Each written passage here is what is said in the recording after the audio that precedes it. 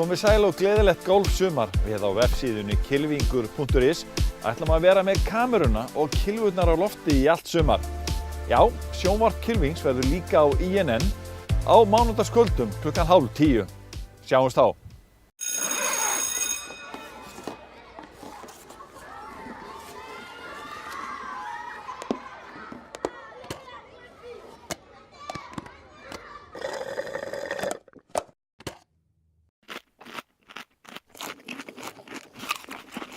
Þú fær frábæru nestisboxin frá Systema og nestir í þau í Netto. Netto, kræsingar og kostakjör.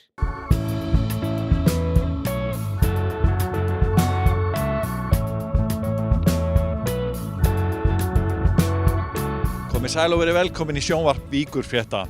Mannlíf, menning, íþróttir og atvinnulíf beint frá Suðurnesjum. Við hugum að námi, förum á óperu og ræðum áfram uppbygginguna á Ásbrú, gamla varnarsvæðinu. Við förum í Fjölbrautaskóla Suðurnesja og fylgjumst með útskrift á Warren, ætíð hátíðar stund þegar slíkt er. Við ræðum meðal annars við nýjan dúks frá FS, sem er bæði fær á bókina og með boltan. 76 nemendur útskrifuðust á Warren í Fjölbrautaskóla Suðurnesja. 18 ára Njarðvíkur mær Guðlaug Björt Júlíusdóttir var dúks skólans en hún útskrifaðist frá náttúrufræðibraut. Af þessum 76 nemendum voru 50 stúdentar, 6 sjúkraliðar, 9 brautskráðust af starfsbraut, 9 úr verknámi og 14 luku námi af starfsnámsbrautum. Nokkrir nemendur brautskráðust af 2 námsbrautum. Kristján Ásmundsson, skólameistari Fjölbrautaskóla Suðurnesja, sagði í ræðu sinni við útskrift á Warren að þau ungmenni sem lykju ekki framhaldsskóla væru verr stödd en áður. Hann sagði FS endurspegla samfélagið á Suðurnesjum en 96% nemenda skólans eru þaðan. Margir nemendur náðu góðum árangri og nokkri luku námi á 3 árum í stað 4. Guðlaug Björt Júlíusdóttir er eina fyrirmynda nemendum Fjölbrautaskóla Suðurnesja og glæsilegur fulltrúi ungu kynslóðarinnar. Hún sankaði að sér verðlaunum og þurfti sérstakt borð undir herligheitin við útskriftina. Guðlaug fékk 9,5 í aðalengun og lauk náminu á 3 árum. Hún hefur gert garðinn frægan á körfuboltavellinum og leikið með yngri landsliðum Íslands og einnig í raun verið í námslandsliðinu á sama tíma. Hvernig fer maður að þessu eiginlega? Ég held að sé bara mikill metnaður og skipuleggja sig vel og bara að mæta í alla tíma og skilja réttum tíma. Mér skiptir miklu máli. Er þetta ekki líka eitthvað ofurgáfur hjá þér? Nei, ég held að geti það margir sko. Bara snýst að hann leggja mikið á sig og gera meira en hinir. En þú ert ekki bara í námi, þú ert í íþróttum og fleiru. Hvernig nærðu að skipuleggja tíman? Ég bara reyna að hafa hlutina aðeins fram í tíman. Hvaða leiðsögn ertu með til annarra nemenda til þess að, já, ekki endilega hvernig maður verður dúks, heldur hvernig maður nær góðum árangri, því að ég veit að það er búið að vera mikið að gera hjá þér, ekki bara í náminu. Ég held að það sé bara að mæta í alla tímana og vera í tímanum, vera virkur í tímanum, skrifa niður, hlusta vel og bara leggja allt í sölunar. Þannig að það þarf svolítið metnað líka. Já, mér finnst að það er margir með gáfur en metnaðurinn oft gerir, viðbótinn að ná lengra. Hvað hefur þið nú fundið skemmtilegast á þessum árum hérna í Fjölbrautaskólanum? Mér finnst að félagsstigið bara bætast bara með hverju árinu og svo náttúrulega bara mjög skemmtilegi kennarar og þetta er bara frábær skóli. Ertu eitthvað búin að hugsa framtíðina? Þú varst að klára á náttúrufræðibraut. Hvað tekur við hjá þér? Ég ætla að taka árspásu núna en svo stefni ég mjög líklega á verkfræði. Veit ég hvort það verður hér heima eða einhvers staðar í Ameríku eða einhvers staðar eftir að hugsa það. Hvað ætlar að gera í pásunni? Ég ætla bara að vinna. Hvað ætlar að fara að vinna? Ég er að vinna í Akurskóla sem stuðningsfulltrúi. Hvað finnst þið svona búin að vera eftirminnilegast í skólanum með eitthvað svona kannski fyrir utan námi? Bara þessi sérstöku dagar og líka böllin er búin að vera mjög skemmtileg og svona sérstök kvöld. Svo líka bara félagskapurinn. Þannig að þú ferð alveg að böll, þú ert ekki bara alltaf heima að læra? Ég er ekki alltaf bara heima að læra. Hvað var uppáhaldsfagið þitt? Stærðfræði. Ég tók mikið af stærðfræðaföngum, bara mér fannst það skemmtilegast. Og já, allt svona raungreinar. Mjög skemmtilegt. Í hvaða starfi sérðu þig fyrir þér í framtíðinni? Mér finnst mjög gaman að kenna öðrum en ég held ég eitthvað sem tengist stærðfræði og raungurinnum og mjög líklega bara eitthvað sem tengist verkfræðinni. Ertu með einhverja leiðsögn til ungra krakka sem að hugsa að fara í nám? Hvað viltu segja við þau? Mér finnst líka bara mjög mikilvægt að velja nám sem mann finnst skemmtilegt. Ekki vera, auðvitað eru áfangar sem mann finnst ekki skemmtilegir og maður þarf að taka, en velja svo eitthvað sem mann finnst skemmtilegt að gera, ekki hugsa um peninga eða eitthvað svoleiðis. Hugsa bara mjög mikið um hvað maður vill verða og maður þarf að vera í þessu alla ævi. En þú klárar þetta á 3 árum, það er mjög algengt að klára á 4. Af hverju gerðirðu það? Ég ætlaði mér að fara út í körfubolta og drífa mig að því, en við ætlum að fara út, ég og kærastinn minn saman, eftir 1 ár þegar hann er búinn að klára. Þannig ég ákvað bara að vinna þetta 1 ár fyrst ég að byrja á þessu og ákvað ég bara að klára þetta. Og kannski að taka aukalega í körfunni núna meðan þú ert að vinna? Já, ég er ekkert að vinna í sumar, það er bara karvan í sumar. Og svo ég er bara 70% starfi, þannig að karvan er tekið núna næsta ári bara fullu. Þannig að vonandi fer maður kannski styrk út á körfunni. Ég sá nú gamla myndaðir úr Njarðvíkurskóla þar sem þú hirtir öll veljunin líka, þannig að þetta liggur greinilega vel fyrir þér. Já, ég sá bara þá að ég gæti þetta, þannig að ég ákvað bara að halda á því áfram, halda þessu striki.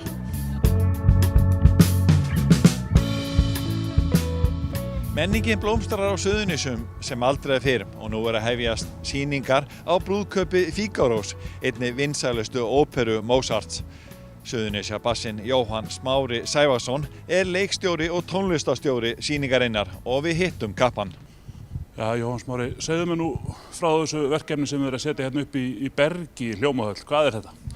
Þetta er óperan Brúðkaup Fígarós. Þetta er svona grínóperan hans og eins úr frægasta og þetta er farsi frá upphafi til enda, segir frá greifa og fólkinu í kringum hann, frú hans og vinnufólki og sagan segir að það hefur verið réttur hefðarfólksins eða húsbóndans að þegar þjónustufólki gifti sig þá mátti greifinn sem sagt njóta brúðarinnar á undan brúðgumannum, sem sagt á brúðkaupsnóttinni og þessi saga snýst það.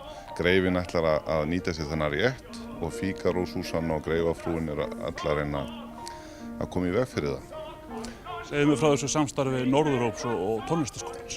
Já, þetta er svona, við erum búin að tala um þetta síðan 2008. Svona síðan að hrunið var, þegar við hugsaum að það væri of dýrt að gera í sitthvoru lagi. Nei, tónlistarskólinn er alltaf langað til að vera með einhvers konar uppfærslur. Og við hjá Norðuróp höfum verið með uppfærslu líka og það liggur bara beint við að samstarf er eitthvað sem að þarf að vera hérna á svæðinu til þess að setja upp svona stóra og dýrar sýningar. Það kostar 3,5 milljón að gera svona. En þú ert náttúrulega bara að fara að halda 4 sýningar og fá 400 manns mestalagi í salinn. Já, en það er bara, svona er þetta. Í óperuhúsunum erlendis þá borgar fullt hús svona 13% af sýningakostnaði fyrir utan uppfærslukostnaðinn og það. En við erum náttúrulega ekki með hljómsveit, við spörum okkur það. Og þú ert að spura um samstarfið, ég er náttúrulega að kenna við skólan og Bylgja Dís og Dani og við höfum verið að syngja í þessum uppfærslum hjá Norðuróp.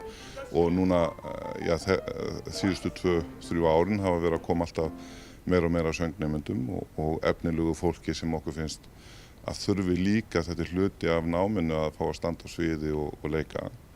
Og það er ekkert óperustúdíó á Íslandi og það er svona eiginlega aðalpunktin, þetta er tilraun til að stofna óperustúdíó á Íslandi sem er sem sagt á að vera svona millibili frá skólunum í atvinnumennskunni. Því að oft fer fólk í framhaldsnám en fær ekkert að læra leiklist eða fær ekki að standa á svið og svona.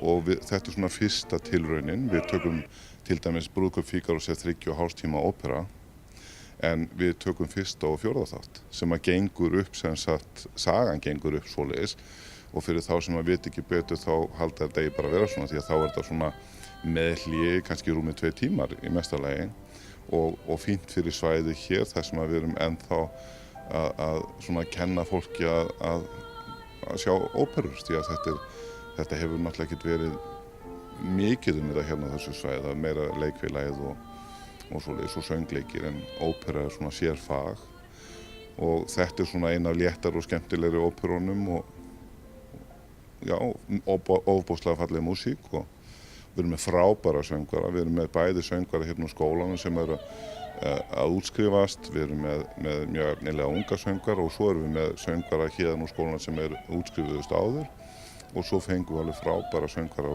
úr Reykjavík og Akranesi, það einn sem keyrir frá Akranesi á æfingarnar og þau eru öll búin með framhaldsnám erlendis og við erum með 2 köst. Já, það eru fleiri en einn hvert hlutverk. Já, það sko minnst 2 hvert hlutverk. Það 1 hlutverk sem bara einn með og ég varamaður fyrir hann ef hann skildi koma eitthvað og það verða 4 sýningar og enginn þeirra verður eins. Ja. Segðu mér aðeins svona vinnuna bak við þetta hlýtur að vera töluvert verk að setja upp svona verk. Já, það það. Ég byrjaði svona hugmyndavinnuna af þessu síðasta vor. Við byrjuðum að sækja styrki síðasta haust. Við ætluðum að setja alla hópurinn upp en svo kom kennaraverkfall. Þannig að það náttúrulega bremsaði allt fyrir okkur. Síðan pianisti sem við stöndum að hafa fékk tennisólbúa. Þannig að við byrjuðum ekki fyrir 2. febrúar virkilega að vinna tónlistina. Og það sem fólk kannski skilur ekki alveg er að óperan þarf að vera sungin á vissan hátt, hún þarf að vera sungin í vissum stíl, hún þarf að vera sungin af miklum aga. Þetta svona eins og að stunda íþrótt en leika í leiðinni. Því að við erum ekki með mikrofón eða neitt svoleiðis og þannig að þessi vinna er ofboðslega mikið að kenna þeim hvernig þarf að standa til þess að heyrist í þér. Þetta ekki bara, við höfum ofboðslega gaman hlægjum voðalega mikið á æfingum og líka bara því að verkið er það skemmtilegt. En þetta snýst líka að kenna þeim hvernig stendur á sviði, hvenær slakar á, hvenær ýtur aðeins tempóinu, hvenær hægir aðeins á tempóinu viljandi til þess að ná einhverjum lit og svona. Og fyrir þau eru sum þeirra að útskrifast þetta fyrsta óperuhlutverki sem þeir prófa.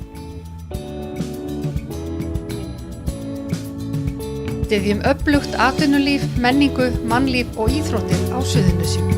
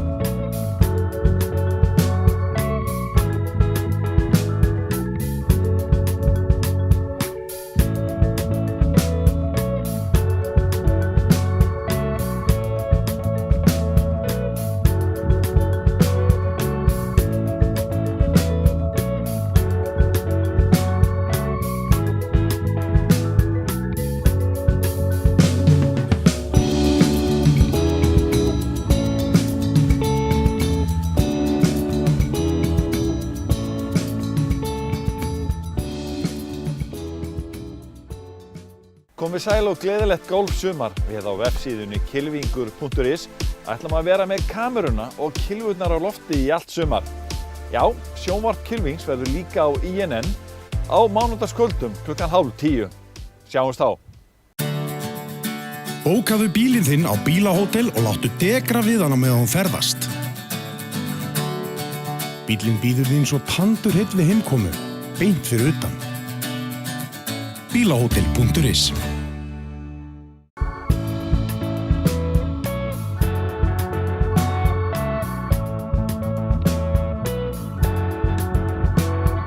Komið sæl aftur, það hefur verið áhugaverð uppbygging á Ásbrú, gamla varnarsvæðinu á Keflavíkurflugvelli og við ræðum það við Kjartan Þór Eiríksson, framkvæmdastjóra Þróunarfélags Keflavíkurflugvallar. Það hafa margir Suðurnesjamenn haft áhyggjur af svona þróuninni í þeim málum. Þarna opnaðist fyrir fullt af íbúðum og fasteignum og hafa haft áhyggjur af því hvað þróun þetta hefði á fasteignamarkaðinn á Suðurnesjum sem var í vondum málum eftir hrun. Hverju svararu þessum, hvað getur sagt okkur við þá sem hafa haft áhyggjur af þessu? Já, ég skil þessar áhyggjur mjög vel og þetta í raun og veru horfir á verkefni okkar, þá þetta kannski svona stóra vandamálið í konceptinu okkar að vera allt í einu með þetta mikla magna fasteignum í höndunum og ég held að það þarf í raun og veru ekkert að deila það ef allt þetta mikla magna hefur verið tekið og dempt inn á markaðinn í einu lagi hvaða áhrif það hefði haft og í raun og veru það grunn ástæðan fyrir því að við höfum farið að stað með þetta konsept sem við erum að vinna í, því að það gengur út á að reyna að skapa nýja eftirspurn eftir þessum eignum sem þarna eru. Þannig að áhrifin á markaðinn hér í nærsamfélaginu og jafnvel inn á höfuðborgarsvæðið verði sem allra minnst. Ég held að heildaráhrifin af því sem við höfum verið að gera, ég held að þau hafi alls ekki verið neikvæð fyrir svæðið, því að þau hafa líka, það má ekki gleyma því að það hefur verið gríðarleg fjárfesting á svæðinu á undanförnum árum. Það hafa komið að miklu leyti nýir íbúar inn á svæðið til að taka þátt í því sem að tengist skólanum, því sem tengist þessum atvinnutækifærum sem þarna eru. Við erum meira að segja líka með nemendur sem eru að stunda nám hér, sem sagt búa hér en eru að stunda nám á höfuðborgarsvæðinu, þannig að það er gríðarlega mikið af nýju fólki sem hefur komið inn á svæðið og þar að leiðandi í raun og veru skapa nýja eftirspurn eftir húseignum á svæðinu. Þannig ég held að sé alveg ljóst ef þetta verkefni hefði ekki komið til að þá væri markaðurinn ekkert jafn stór. Fyrir utan það að þessi fyrirtæki og þessi starfsemi sem þarna að þessi fyrirtæki hafa verið að fjárfesta. Þar af leiðandi hafa skapast náttúrulega tekjur hér inn á svæðinu og ef við horfum til að mynda bara á það sem að þróunarfélagið hefur verið að gera á undanförnum árum, að þá eru sem sagt útgjöld okkar, heildarútgjöld við rekstur svæðisins hafa verið það á bilinu 67 milljarðar. Þetta eru peningar sem að nær allir hafa farið inn í samfélagið hér á Suðurnesjum. Fyrir utan það að þú ert með aðila eins og Gagnaveru Vörn og fleiri sem eru í gríðarlegum framkvæmdum, ráða til sín fólk, eru með iðnaðarmenn að störfum og allir þessi peningar hafa farið inn í hagkerfið hér á svæðinu.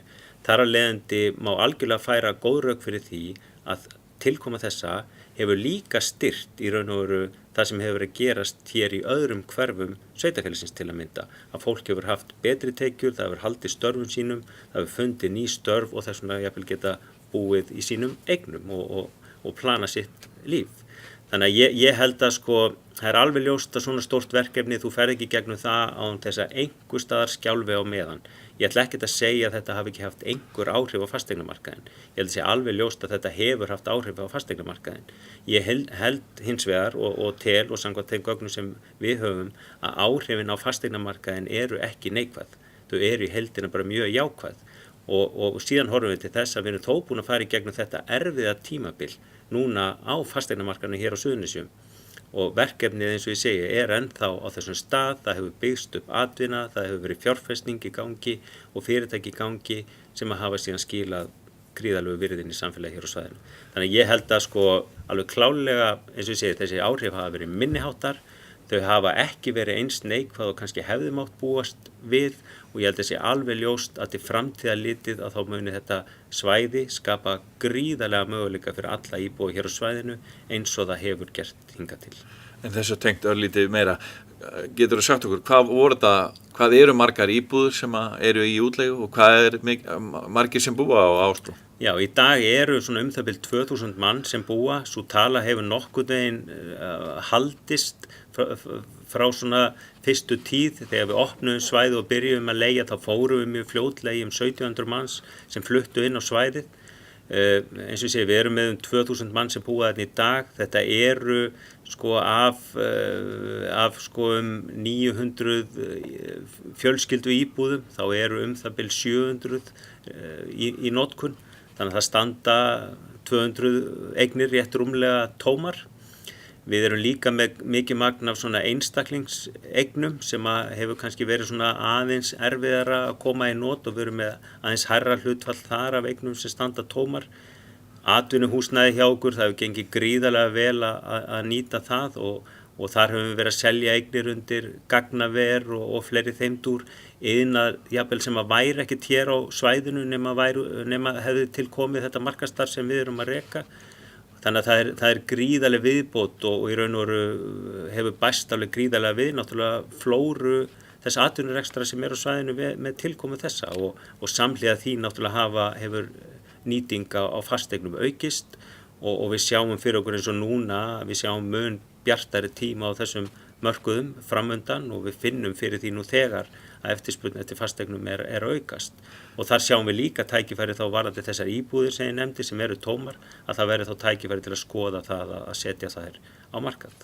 Talandi fasteignir, þarna var í tíð varnarliðsins stórt og mikið íþróttahús, húsnæði fyrir skóla og margt annað. Og maður sér að slíkir hlutir hafa heppnast mjög vel eins og þarna sporthúsið á frábærum staður að gera gríðarlega flotta hluti og það verið að nýta stóran hluta af þessu skólahúsnæði og víðar. En þessi 2 dæmi eru svolítið flott þarna í miðjunni með gamla bíóið, Andrjússalinn.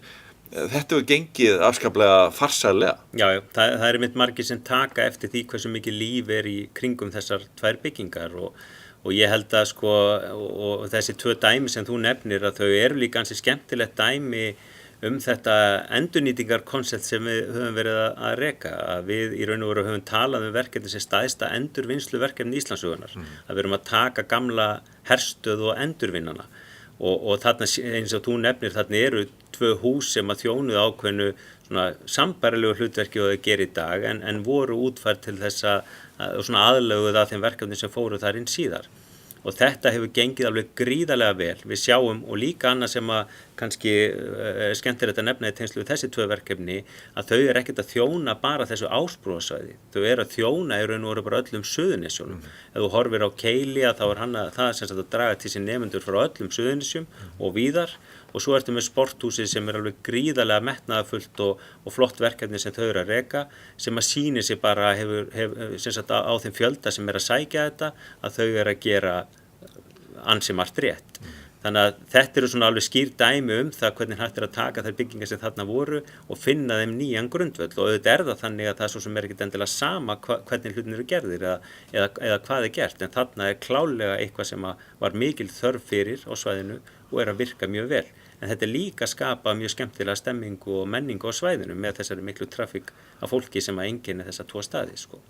Og það hefur líka heppnast mjög vel með hjá Keilis háskólanum. Þarna flugið á miklu flugi getum við sagt og margt þarna innan hús flippu kennsla fullt af nýjum hlutum sem hafa verið að þróast þarna og þannig að það svolítið skemmtilegt að fylgjast með hvernig þetta skóladæmi gengur og við höfum nú mikla ánægju af því hjá Víkurhöttum við hversu mann ársins sem að koma og þarna beint úr Keili, það fyrsta skipti sem að við náðum í einn nemanda hreinlega bara úr Keili okkur fannst vera að gera frábæra hluti þannig að þetta eru skemmtilegi þættir þarna sem við erum að tala Alveg klárlega, ég meina þarna eru bara eins og segja mjög skemmtilegir hlutir að gerast þarna og þessar einingar hafa verið að virka mjög vel og það það sem ég segi, eitt það sem hefur gerst hingað til en ég held að fólk sé rétt að byrja jafnvel að upplifa möguleikana sem eru í þessu núna og sjá í raun og veru hvað þarna að gerast eins og þetta, þarna eru áberandi einstaklingar sem eru í námi hjá Keili og eru útskrifa sem alveg klálega eiga jafnvel eftir að sjá hlutina hafa fengið nýja þekkingu og eiga eftir að sjá tækifærin og þessar hluti sem eru hér í umhverfinu með allt öðrum augum jafnvel heldur við höfum séð og út á það gengur nýsköpun að greina ákveðna þarfir í umhverfinu og hlutina sem í kringum sig og finna í raun og veru lausnir af því sem hægt þá að byggja upp fyrirtæki í kringum og atvinnustarfsemi.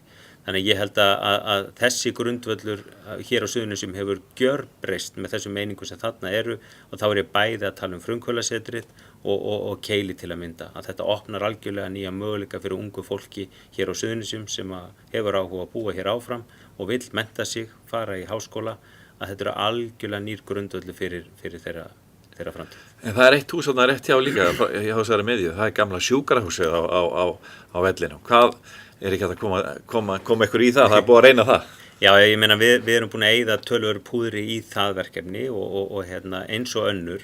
Auðvitað það partur af miklu stærra konsepti heldur en sem að lítur bara að þessari tilteknu fasteign.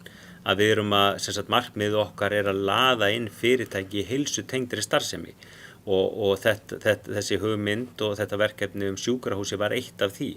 Við hins vegar kannski, eins og ég segi, það hefur gengið hægar heldur en við lögðum að stað með þrátt fyrir öll þessi tækifæri sem við greindum á sínu tíma, þau eru öll til staðar ennþá og við höfum fulla trú á einhverju tímapunkti verði verkefnið að veruleika. Kannski ekki alveg í þeirri mynd sem við vorum að vinna núna síðast, en eitthvað sambærilegt. En ég held við megum samt ekki að horfa fram hjá því að þú nefndir eins og sporthúsið áðan. Það risastórt heilsuverkefni og gríðarlega metnaðarfullt. Við erum með fyrirtæki eins og Algalíft sem að framleiða vörur inn á heilsumarkað. Það fellur undir þennan heilsuklassa einnig. Og svona erum við erum með fyrirtæki sem að framleiða hollan mat, heilsumat, við erum með heilsuhótelið og fjölmörg fyrirtæki sem að falla innan þessa heilsugeira þó að það sé ekki kannski skurðstofu eða sjúkrahústengt. Þannig að það eru óbúslega tækifæri í þessum geira og eins og ég nefndi í byrjun varandi fyrir Suðurnesin, alveg gríðarleg tækifæri og mjög fjölbreytt. Og þarna líka enn og aftur þá tækifæri fyrir fólk að mennta sig enn frekar og nýta sína þekkingu svo til að þróa nýjar og spennandi lausnir. Leiður þökkum fyrir áhorfið minnum við á aðra miðla Víkurfrétta, vikulegt fréttablað, vaff.is og fyrir kylfingana, kylfingur.is og við hvetjum ykkur til þess að fylgjast vel með sjónvarpi Kylfings í sumar. En þið getið séð eldri þætti sjónvarps Víkurfrétta á YouTube rásinni undir sjónvarp Víkurfrétta. Við þökkum fyrir okkur og sjáumst að vikuliðinni. Verið sæl.